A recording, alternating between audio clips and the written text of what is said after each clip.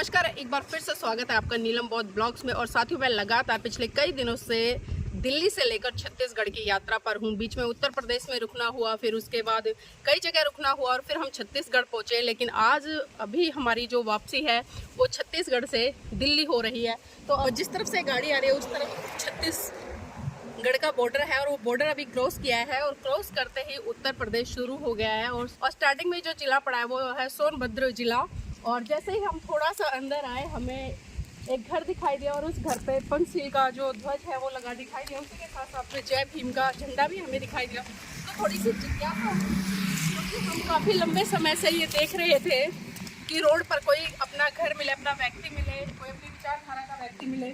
लेकिन विडम्बना कि हमें भगवा कलर के तो बहुत झंडे दिखाई दिए, लेकिन ये पहला घर हमें मिला है। अगर मैं छत्तीसगढ़ से यहाँ तक की यात्रा जो हमने कवर की है 250 किलोमीटर अब तक, तो यहाँ पर कुछ महिलाएं साथी हैं, तो थोड़ा उनसे भी जानेंगे क्योंकि उन्हीं का घर है।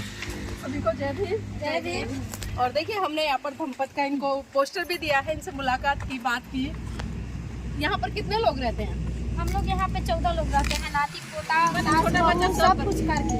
मतलब सिर्फ 14 लोग? हाँ, 14 लोग रहते हैं। तो यहाँ बिल्कुल गांव से बाहर है, ये गांव ही है? गांव ही है। अच्छा, गांव ही है। हाँ। तो रोड के किनारे, क्योंकि इधर काफी जंगल है, भागने का डर नहीं लगता? नहीं लगता। जानवर वगैरह कोई नहीं। अच्छा, कोई नहीं आता? नहीं। तो बाबा साहब को कितना जानते हैं आप? हम लोग बहुत जानते हैं बाबा साहब। बहुत जानते हो? बहुत कितना जानते हो? कुछ बताएं हमारे बाबा साहब ने हमको सब मतलब बोलने का हक दिए हैं, पढ़ने का हक दिए हैं, अधिकार दिए हैं, हमको चलने का अधिकार दिए हैं, 4 समाज में बैठने का अधिकार दिए हैं। उन्हीं के चलते आज हम यहाँ पे हैं। बिल्कुल। तो देखिए, ये क्रांति हमें छत्तीसगढ़ में दिखाई नहीं दी थी। छत्तीसगढ़ में हमने काफ़ी महिलाओं से बात की और वहाँ पर विचारों का आदान प्रदान भी हुआ, लेकिन हमें बाबा साहब को जानने वाली महिलाएं बहुत कम मिली। लेकिन जैसे ही उत्तर प्रदेश में हम घुसे, और उत्तर प्रदेश जाना जाता है क्रांति के लिए, क्योंकि 4 बार जिस तरह से उत्तर प्रदेश में बसपा की सरकार रही और जिस तरह से काम हुआ है, तो कहीं ना कहीं लोगों में एक जय भीम के प्रति एक समर्पण का भाव है और बाबा साहब के प्रति बहुत ज़्यादा आस्था और श्रद्धा रखते हैं और जानते भी हैं। देखिए, जिस तरह से अभी बहनों ने बताया। तो आपका नाम क्या है? रीता देवी। रीता देवी जी। तो हाउसवाइफ है, घर पे ही रहते हैं? नहीं, घर पे नहीं है। घर पे नहीं रहते हो? कहाँ रहते हो फिर? घर पे रहते हो? जंगल में?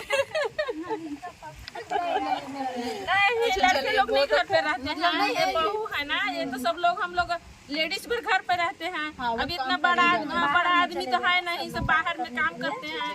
मतलब खेती बाड़ी का काम? हाँ, हम लोग खेती बाड़ी कर लेते हैं। अच्छा, अभी चुनाव है तो देश में एक लहर चल रही है, कौन बनेगा प्रधानमंत्री? तो क्या मूड बना के बैठे, किसको वोट देंगे इस बार? हम लोग तो मूड बना के बैठे हैं कि हमारे अखिलेश भैया को वही वोट देंगे। अच्छा, अखिलेश जी को प्रधानमंत्री बनाएंगे। लेकिन आपने झंडा तो बाबा साहब का लगाया हुआ है। लगाए हैं, लेकिन अब हमारे जो चंद्रशेखर रावण हैं, अगर वो उठ जाए उनको देंगे। और बहन जी को क्यों नहीं देंगे? बहन जी को देने के हाँ बिल्कुल, क्योंकि आप देखो आज अपना बिरादर हर कुछ का साधन पहला नंबर में वही दिए हैं, मायावती। फिर अब क्या नाराजगी है कि अब आप अखिलेश की तरफ जा रहे हैं? नाराज की बात नहीं है, अगर वो भी खड़े हो जाएंगे उनके दे देंगे। वो तो खड़ी है ना, चुनाव हम लोग देंगे को देंगे। और दोनों खड़े होकर फिर क्या करेंगे? दोनों खड़े हो गए तो फिर एक को देंगे, बहन जी को देंगे। अब 52 को खड़ा होंगे दीदी, तो 52 को आदमी की किसी आदमी नहीं दे सकते। किसी को देंगे तो एक लोग के देंगे। एक लोग, हाँ एक लोग। तो उस एक लोग में कौन सी पसंद है आपकी? हम तो अगर खड़ा हो जाके बहन जी के देंगे। बहन जी को देंगे। हाँ। तो देखिए, कहीं ना कहीं एक समर्पण का भाव भी है, जिस तरह से बहन जी का काम रहा है और एक आयरन लेडी के तौर पे बहन जी को पूरे विश्व में जाना जाता है। और महिलाएं हैं तो समझती हैं अच्छे तरीके से कि किस तरह से बहन जी का जब शासनकाल रहा उत्तर प्रदेश में, जो लॉ एंड ऑर्डर की स्थिति रही, किस तरह से पुलिस था काम करती थी और महिलाएं सुरक्षित थी।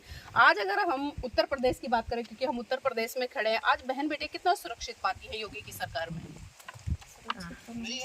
कहाँ होगी कि सरकार में, कहाँ सुरक्षित है? कोई नहीं है। बर्बाद हो रहा है, कहीं हाँ। क्या हो जा रहा है, क्या हो जा रहा है, किनारे गोली चल जा रहा ये है। है कहाँ हम लोग तो कहीं नहीं देख रहे हैं, बहू बेटियों का सुरक्षा कहीं नहीं है। कहीं नहीं है। सही लेकिन जिस तरह से मोदी जी या योगी जी बड़े बड़े वादे करते हैं और नारे देते हैं कि बेटी बचाओ बेटी पढ़ाओ, तो क्या उनके नारे सिर्फ खोखले हैं? वो तो है ही है, खोखले हैं।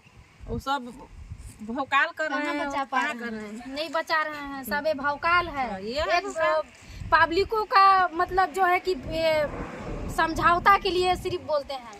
अच्छा, वो 5 ये किलो भ्रम है। 5। तो देखिए यहाँ पर हमारे साथ में कई बहनें थी जुड़ी और अच्छा लगा कि काफी जागरूक है और समझदार हैं। तो हम इनसे उम्मीद करेंगे कि गांव के लोगों को भी समझाए और जिस तरह से बाबा साहब के बारे में आपने बताया और पढ़ा भी है तभी आप बता पा रही हैं, सुना होगा, कैडर भी अटेंड किए होंगे। तो अभी घर में छोटे बच्चे हैं? हाँ, स्कूल गया है, एक सो रहा है जी। चलिए ठीक है, और अब हम विदा लेंगे। पहले हम पानी पी लेते हैं इनसे।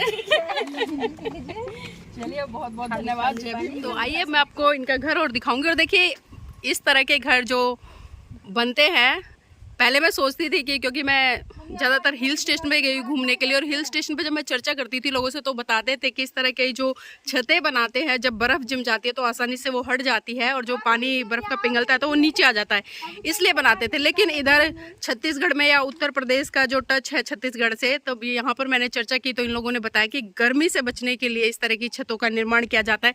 नीचे इसको कच्चे तरीके से बनाते हैं और फिर ऊपर इस तरह से तैयार करते हैं, क्योंकि अगर लेंटर डालेंगे तो उसमें काफ़ी खर्चा आ जाता है और उसी खर्चे से बचने के लिए इस तरह की छतें तैयार की जाती है। और मैं आपको दिखाऊं थोड़ा सा अंदर ले जाकर, देखिए यहाँ पर काफ़ी मतलब ठंडा है और बाहर का टेम्परेचर बिल्कुल अलग है और यहाँ का अलग है।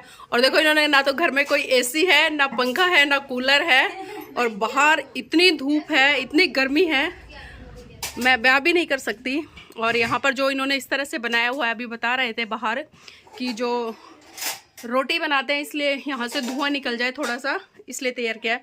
और देखिए इनके जो चूल्हे हैं, ये डबल गैस चूल्हा और ये सिंगल, तो वास्तव में बहुत अच्छा है। और ये एक तरह से प्राकृतिक जीवन कह सकते हैं इसको, प्राकृतिक लाइफस्टाइल है ये, कि जो प्रकृति ने दिया है उसी में मैनेज करना है।